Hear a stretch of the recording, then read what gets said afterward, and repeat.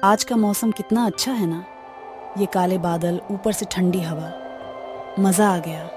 मौसम तो बहुत अच्छा है, ऊपर से खूबसूरत बीबी साथ हो तो सोने में सुहागा। शिखा की शादी प्रिंसू के साथ होती है।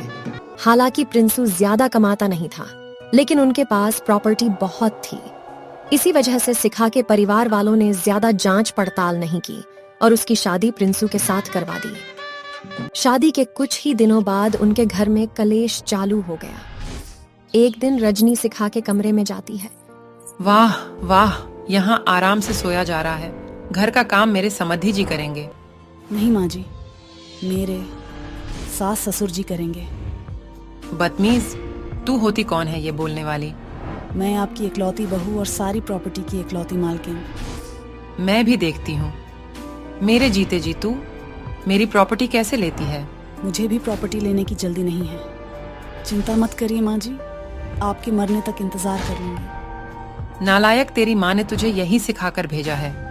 घर से जल्दी खाना बनाकर ला।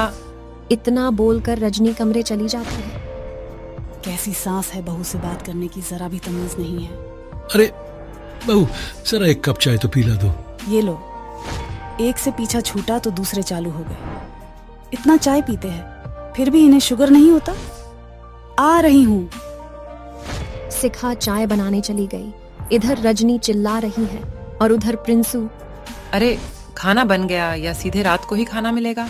शिखा, मेरे कपड़ों में प्रेस कर दो। उफ, ये घर का काम, इधर ये गर्मी मारे डाल रही और उधर ये लोग। शिखा पहले विकास को चाय देती है और खाना चढ़ाकर प्रिंसू के कपड़ों में प्रेस करने जाती है।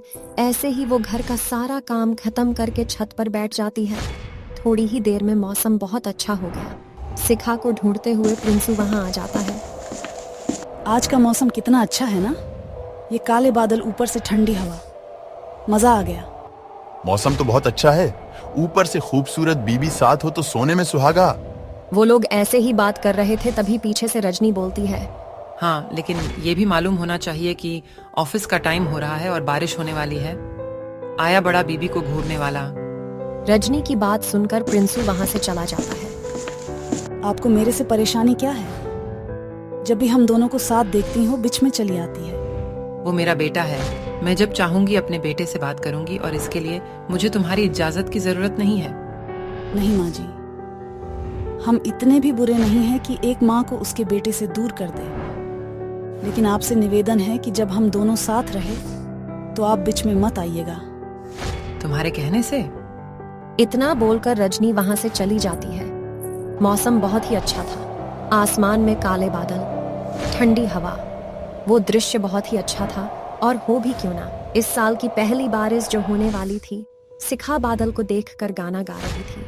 काले मेघा पानी तो बरसाओ। शिखा बारिश में भीगने के लिए तैयार थी, लेकिन तभी जोरों से हवा चलने लगी और सारे बादल उड़ गए और तेज धूप खुल गई।